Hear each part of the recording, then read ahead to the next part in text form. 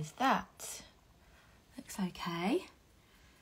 So, good to be here again. Really excited about this. I'm introducing you to Christelle in a minute. Oh, there she is. Let me send an invite. That comes through in a minute. So we have Christelle with us today from Keep Calm Nutrition. Christelle, there she is. Good afternoon. Hello, Rachel. How are you? I'm okay. How are you? Yeah, good. Thank you. Good. Good. I thought I'd just give a little quick intro to the guys that are watching and catching up later. So Christelle is with us. I was on her account a couple of weeks ago and it was really good fun. So it's good to have you here.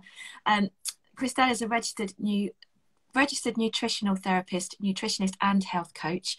And you really enjoy working with people, often women, help them with their stress in their busy lives and their tiredness by helping them ditch their sugar cravings and regain their energy, amongst other things. Yeah. And today we're going to be talking about energy and energy robbers and energy savers, you suggested, which I love, because that is quite right, isn't it? The things that we do to ourselves that either can build us up or knock us down. Yeah. So when we sort of talk about energy, how do you, so that people can kind of understand what we're talking about, how do you feel a lack of energy can show up for people, kind of physically? Okay. So there's lots of things. I think that people just tend to think that being tired is part of life, part of modern life, but it's not like that. It's not because, you're a woman, just working women with kids more often. It's just like, it's mainly worse in clinic. They think it's just like really normal. The kids do not sleep at night, so they think like, well, I'm just tired. It's normal. Part of it, yes, but not all the time. So there's different ways that it just might show up. So obviously some people will just really struggle to get out of bed and they will need coffee first thing in the morning to function, or they will need actually coffee all day to function, or even sugar. But on the other end of the spectrum, they will be so tired that actually they will not be able to go to sleep at night.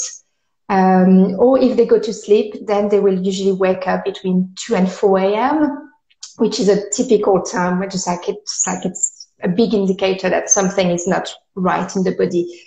But also you will have some signs of, for instance, energy slump at 11 o'clock in the morning, 3 o'clock in the afternoon. It's usually those two slumps during the day.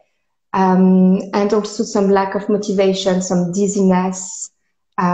People can't focus, poor concentration, their anxiety and their depression not depression, but the anxiety for sure just gets worse. So I would say that that's the main signs. And the difference between like the tiredness and the exhaustion, the fatigue, is just that, yes, you can be tired, but, you have a good night's sleep and then you just you can function the next day. When you are at this point of like you're exhausted and you're fatigued, actually it's not really any sleep. So you can have 8 hours sleep, and we're talking in quantity as well as quality. You just never feel rested. You're just like you're walking zombie, really. And that's really great that you pointed some of those things out, because I think it can be hard for people to understand that if they feel like any of those things, there are things you can do about it. And it is down to your sort of energy levels. I love the one where you can't get to sleep even though you're tired. Some people get almost like a burst of energy, don't they, around the time that they go to bed, which is very frustrating. And I've been there in the past, where you drag yourself through the day and then late in the evening you suddenly feel like, well, I don't want to go to bed now. And these are things that are really important for us to recognize as our body telling us you're not managing your energy very well. Because I think a lot of people kind of go through life feeling like that for years on end, don't they? And they just think it's just how they are. This is I'm just someone that doesn't sleep well, or I'm just tired all the time. But it doesn't have to be like that, does it?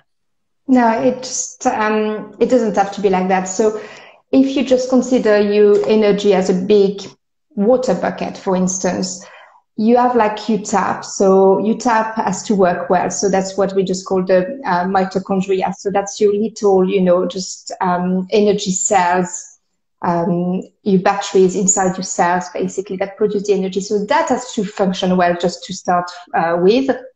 So you have to turn on the tap.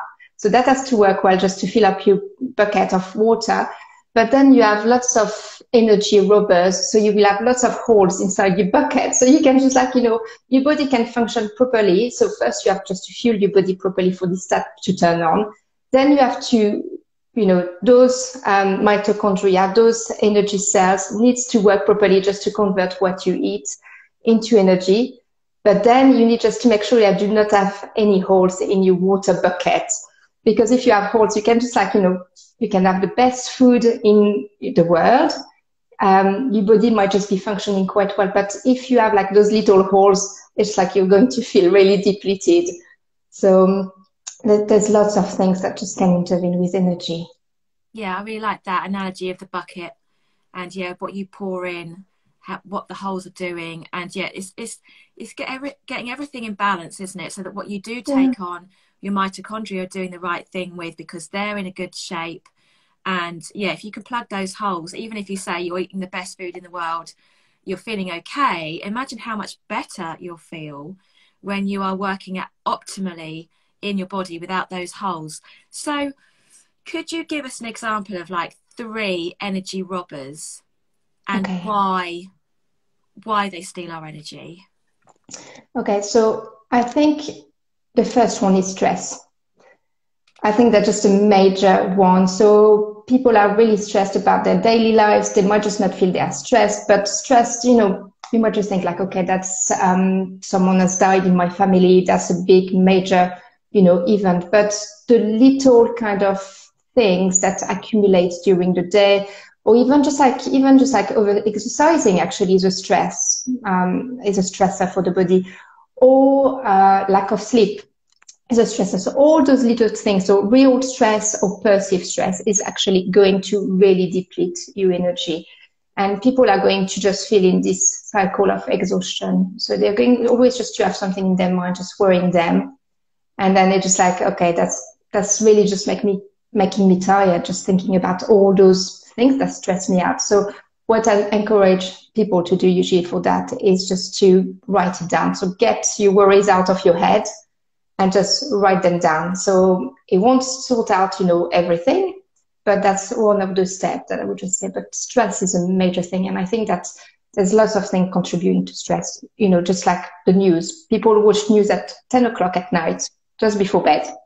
So it's like just switch off the news at 10 o'clock before bed. It's not a great idea. I find that social media is a big stressor as well. And what happens with the stress is just that your cortisol goes up, and yes, it should raise up at the morning and just like peak towards midday, and then just starts to have this curve just go down. And then that's when your melatonin actually just like switch on. So that's your sleep hormone, and you want them to be in opposition. So when your cortisol goes down, your melatonin goes up, and then you will just like be able to sleep.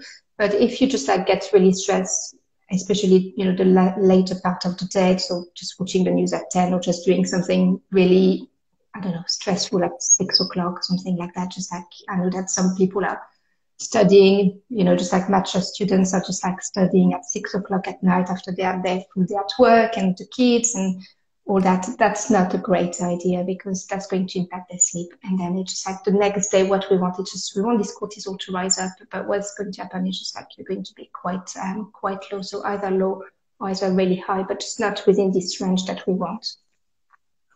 That's really important advice. And you also touched on just briefly how over-exercising can stress the body. Would you be able to say a little bit more about that? Because sometimes people resort to exercising to try and boost their energies, and it can work, can't it? But there is, with everything, there is a balance, isn't there, and everything in moderation. So what would you say about the exercise and the stress part? Okay, so I think that, yes, I think you really pointed just like the balance is really important. So yes, to create more energy, you want to move. So just like a walk in fresh air would be just good, but the overtraining is a big thing, because what I see as well is like, I mainly work with moms and women, and what they want is just like, they want more energy, but they want also to lose those couple of pounds. And what they're going to do is just like, okay, I'm just going to do 5K every day. So some people are fine with it. But some people actually can't, it's an extra pressure on the body, or they're going to do HIIT classes or go running and really push their adrenals. So that's two really small glands on top of the kidneys that just deal with stress. And there's more pressure on the body when you just like overtrain. So just to deal with the stress. So yeah, that's not a great idea. So you might just want to move, but move maybe in a different way. So walking is great. Strength training for women in their 40s, I would say strength training. So lifting weights, resistance, and so on is great as well, rather than just like, running 10 miles every day. It's not a great idea. Or if you do it, you have to fuel your workout really properly. So just like make sure that you have something before exercising that is just going to sustain your energy for that period of time, and then just refuel after. But if someone just go, I won't say as general rule, but just like, if you're already just stressed and you're going for a 10-mile run on an empty stomach, that's not great. That's not great for your stress. And I mean, stress response. So that's just going to deplete your energy and just manifest in different ways. Yeah. And that's a message I hear a lot. But I think it's worth talking about it again, because people think they're doing the right thing by pushing their bodies, and they may feel okay for doing it, but it's not always on a deeper level good for the body. So it's that getting that balance again, isn't it? And doing what your body needs at the time. And I think maybe some weeks people can do more than others as well, can't they? Especially women and their cycle. Yeah. That can make a difference too. So how many of the robbers have we got there? So we've got the stress. Yeah. I think that's all we have so far. Yeah, but off the side of that is like how you exercise and how you're sleeping, which is great. Yeah. What's the next one? I would say everything that is that you use to sustain your energy. Usually just a typical one would be just like your coffee, your Coke, Diet Coke, and your sugary snacks. It's like borrowing from the bank. It's just like they will actually help you temporarily, put a plug in this bucket, but you just like, you have to give it back. I'm sorry. Just like, that's the way it works. It's like you're only borrowing from the, from the bank for your energy for that. So it's going to feel you, let you just like a bit more depleted as well. So if you have coffee, have a caffeinated coffee before 12 o'clock, then switch to decaf, and then some herbal teas. You can have nice herbal teas in the evening as well. So you chamomile, you valerian, you lemon balm, for instance. There's nice mixes around. The sugary snacks, that's the blood sugar roller coaster. This one, it's a big one. So yes, you will need just like a bit of, biscuit just to keep you going with that cup of coffee that we know. But it's going to spike your blood sugar, and what's happening is just like, it's going to make you feel temporarily good, give you a bit of energy, but then you're going to crash. You're going to go really low. Your blood sugar is going to crash. And what happens is actually you will need to go and reach for more sugar, and then you're just like up and down all the time. So that is going to make you feel really exhausted. And so that's your biscuits, what else? What chocolate bars, for instance. What else could you have? If you have a big plate of pasta at lunch, I don't say don't have any pasta, but if you have a big plate of pasta, it's not a balanced meal in itself. So you want something else, just like probably just reduce, you starchy carbohydrates. So everything that just breaks down into sugar. So just reduce that portion and just then add protein and some vegetables as well with it. Alcohol is a big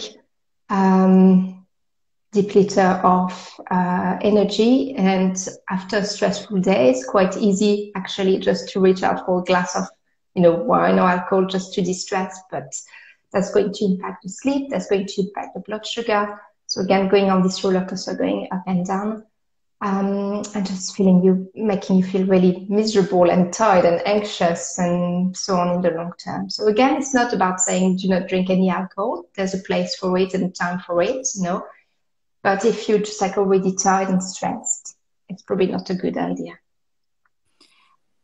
People, I think, are in that habit of this kind of up down with their sugar throughout the day, isn't it? And I think Yeah. a lot of people have been like that for years. They just think that's normal to be like that. It's acknowledging that crash you've just described, where you have the coffee and the biscuit, which is almost like a tradition. You know, It's an like association, isn't tea and it? biscuits, coffee and biscuits. But then recognizing that sometime later you're going to feel rubbish, but then you just think you need another one, instead of thinking, well, if I didn't have that in the first place, I wonder how I would feel. So recognizing those dips where your sugar levels crash, you feel irritable, they get that horrible wave of tiredness, don't you? It just suddenly comes over you, and we've all felt it. So yeah, being really mindful. Important to mention, of course, alcohol is not good. It's hard for the body to deal with, and it's very sugary in a lot of cases. So yeah, so that's the second one, is that kind of caffeine and sugar, because caffeine's got a really long half-life as well, hasn't it? So it really affects your sleep. 12, I think it's 12 hours, I think. So what if I drank a coffee now, it's not going to leave me until gone midnight. Yeah, that's right. Yeah. And talking about coffee, just like I said at the start, people will reach a coffee in the morning. They can't function without a coffee in the morning. They will get out of bed. That's the only way that they will have it. But I'm looking as well at what will they have for breakfast, and usually it's a piece of toast or a bowl of sugary cereals on top of the caffeine. So that is not going to keep them full for the whole morning. So it's not giving them energy for the whole morning, and it's going to make them crash. I can guarantee if you have that at 7:30, 8 o'clock, 10 o'clock, you're going to crash and just not have any energy. Yeah. So it's just about finding better options than that. Yeah, and there's lots of them, isn't there? So that's the second robber. What's the third one? It may sound obvious, but it's the lack of sleep, I think. And sleep is overrated. And I think, well, people think that sleep is overrated, actually. And I think if the doctors around the GPs were saying, like, have a magic pill for your tiredness, and it's actually just like sleep, they would just probably just take it, But people are probably just going to bed a bit too late. So ideal time would be about 10:30, just like latest would be, but just like sometime, you might just be on a Netflix binge watching the news as well, And there's lots of things that just happens with the sleep. So I'm just talking about quality as well as quantity. So exposure to blue light in the evening. So just like, lots of scrolling on your phone when you just like, you do double screen. So the TV and you're on the sofa in the evening, it's double screen, double blue light. So you have like you have your phone, you scroll, and then you watch TV as well. And also just not being able to relax. So just do something maybe a bit more relaxing than scrolling and so on. So I mentioned the journaling. You can just have a bath, meditation. You can just like something that just makes you switch off from the day. But what you do actually in the morning is really important for sleep. So exposure to sunlight in the morning. So going for a walk in the morning is really important, because again, that's going to work with your melatonin cycle. So just like this hormone that just sends you to sleep. That's really important. And having dark room, really important, the right temperature. So there's a few things that just happens with the sleep. But when when your adrenal glands are really exhausted and really struggling, people will just wake up between 2 and 4. That's what I see, because all those hormones have like circadian rhythm, so they just follow a pattern. And if your cortisol rises during the night, if you have unbalanced blood sugar, again, depending on what you eat in the evening, that's going to wake you up, because your blood sugar crashes, your cortisol is just going to take over and just make you, make you wake up. So 2 to 4 o'clock is usually the time that I see people just struggling and not being able to go back to bed, and then they're just like really tired in the morning. They can't get up when it's time to get up. What do you think to the sleep apps that you can download and use on your phone, as long as your phone is on airplane mode? Do you think there's some benefits to those for people that want to actually find out what is happening to their sleep? Like the Oura Ring or something like that. Or you can get them, that kind of thing, or you can get it on your phone. So the phone is by the bed, but you have it kind of on airplane mode, so it's monitoring your sleep quality and how you the depth of your sleep and if you wake. What do you think to those for people that want to find out a little bit more about how they're sleeping? I'm not a fan of relying on technology to find, what the sleep is like, because you will know how you feel. And I don't think that you need really just like an app just to let you know. It might just be helpful for the first week just to see, how you're sleeping. And, if, for instance, oh, well, I just had light sleep, or I woke up then, what happened at that time? Did I just need to go to the toilet? So, just find the reason and find the times. But I don't know. I'm not a fan. I would say just first, if you just keep your phone out of the bedroom, it's going to make a big difference. I did the experiment myself, actually. Well, I think that we all use the phone as an alarm clock, but actually you can have a proper alarm clock. You can buy a proper alarm clock and so on. But I've tried with the phone on airplane mode by my bedside table and outside of the room, and my quality of sleep is much better when my phone is outside of the room, actually. So it's like all those emissions that you have with just like the I can't remember the word, but those frequencies for the emissions. EMF. So yeah, EMF, that's it. So, but I'm not a big fan. I'm just like having that. I used to have ages ago, Fitbit to track my sleep. And, well, I don't even know where the Fitbit is actually now, but I found that actually having that on my wrist was waking me up as well. So it was just really uncomfortable. So maybe just like, it was not an accurate representation of my sleep. So yeah, I think that you have to not rely on technology and try to learn to trust your body as well a bit, listen to your body. Yeah. More than the technology. Yeah. And that's a really great message, because we're very reliant on technology, aren't we, for everything now? Yeah. And it's about just having that faith, that just knowing how we feel and then being guided by that. Yeah. That's great. Yeah, I think just, yeah. So that's the robbers. Yeah. And why and what they're doing to us. So what would you suggest to people? What's kind of like your 3 top energy savers? Okay, so I will have 3 more than 3, but it's like first addressing those robbers will be just like, so addressing the source of your stress, switching up from the news, at night, trying to improve on your sleep quality. So we just mentioned that, ditching your energy drink. So that's probably just like quite, just like I'm talking about alcohol, coffee, Coke is a big one. And Diet Coke is also included in there, but also all the other energy drinks, sugary snacks. One of the main one that is quite overlooked is hydration. So drinking enough water. Most people are actually really, really dehydrated, and that is going to make them feel tired, and they're not going to realize that it's maybe because they're a bit dehydrated. So I would say just aim for ultimately 2 liters of water a day.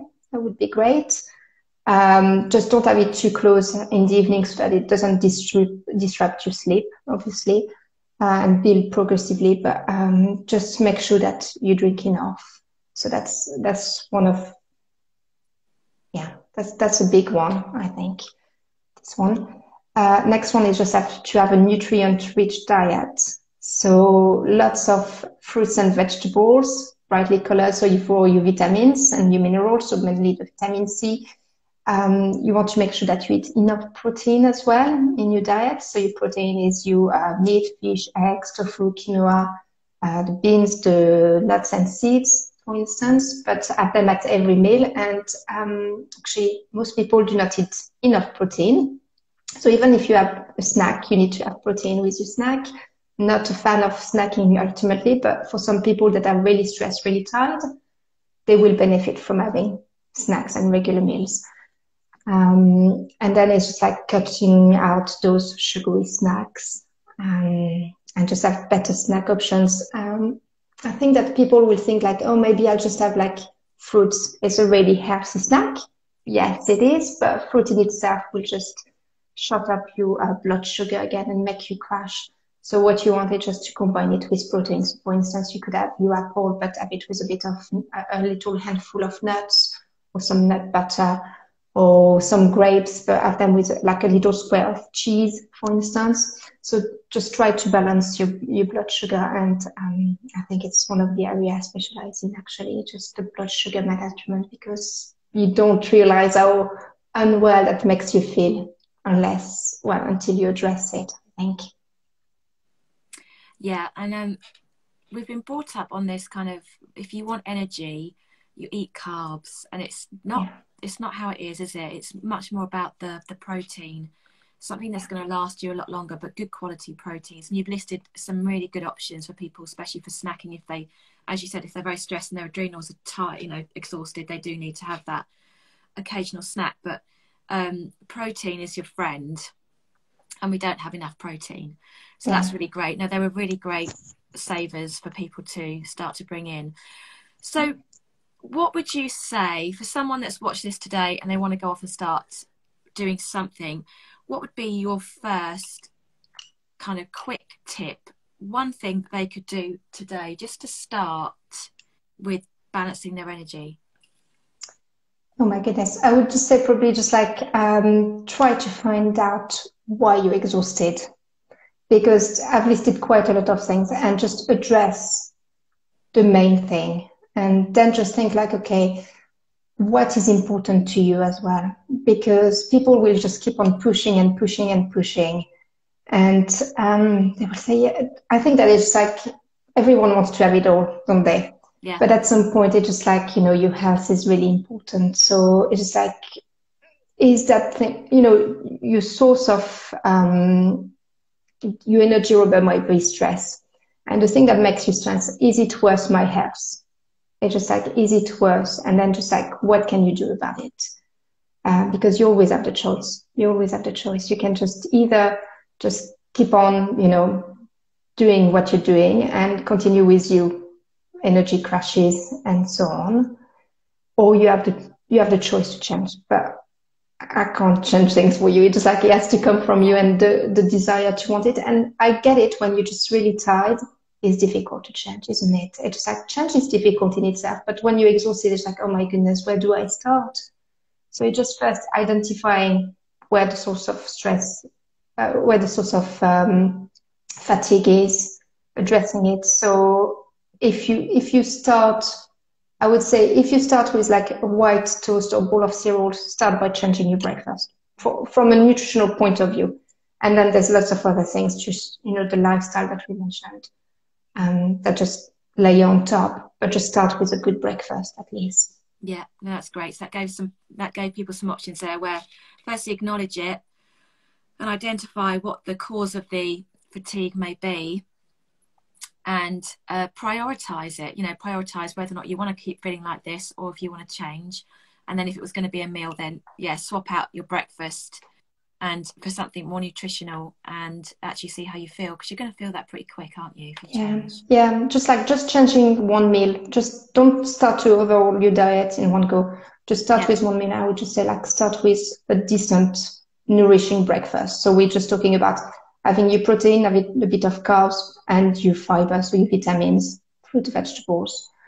There. So there's lots of decent breakfast options out there, but even if you on your I don't know, shreddies for breakfast, you might just want to, what more can I just add to make this breakfast nourishing? And you might just want, it can be as simple as just like, okay, I'll just have a bit of blueberries in there. Yeah. And just start like that. Just not start like, okay, I'm just starting completely from scratch and she's going to ask me to eat like spinach and kale and eggs and all that in the morning. So just like build it up. So it's like, okay, what more of the good thing can you bring in you today that are going to sustain you? Yeah, I love that. It's starting small, isn't it? And manageable. So you're setting yourself up to succeed. And because it doesn't have to be, like you said, not a sudden overhaul. It's not going to work. But if you just start with those small steps, and anything can happen from there, because you start to feel better and you get that sense of achievement, which is really important for the motivation. So before we finish, the guys that have been watching this that are going, yes, this sounds like me, I'm really tired, I just can't work it out. How can people work with you, and how can they get in touch? Okay, so I work mainly on a one-to-one basis with my clients. So I work on a 10-week basis because, as you said, it's like I'm not overruling everything in one go. So I work on one change a week, basically, and just making sure that it's just quiet. I offer at the moment some free mini consultations, 20 minutes, just to see what people actually need, if I'm the right person for them as well. I think it's just quite important. They can find me on my website, which is www.keepcalmnutrition.co.uk, I think. But if they go through my Instagram page, they can find my details on there. And also I have a freebie actually on my website, which is the 11 ways to get more energy, no caffeine needed.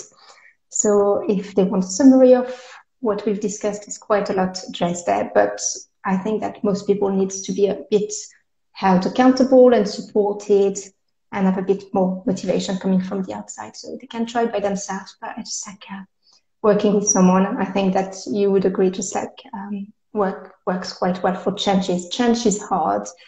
So yeah, you just can find me on my Instagram page, and there's a link tree with lots of different links there as well. Fabulous. That's what I was going to ask. If anybody wants to go for your freebie, can they get it through the link in your bio? That's great. So I'll put your details up on the grid when I upload this video so that the guys can find you. That has been absolutely fantastic. You've given us so much advice in that half an hour. I can't thank you enough. It's definitely worth all of you just watching this back through with a piece of paper and making these notes, because it's a really great way to start you discovering what is the cause of your tiredness and then how you can start to implement changes. And Christelle's, her DMs are open, aren't they? You're happy to chat with people, like you said, and give advice. So give her a follow, get in touch, and thank you so much. Enjoy the rest of your day. Thank you, Rachel, for having me. Thank you. It was lovely. And I'll see you again soon. See you soon. Thank you. Bye. Bye-bye. Bye.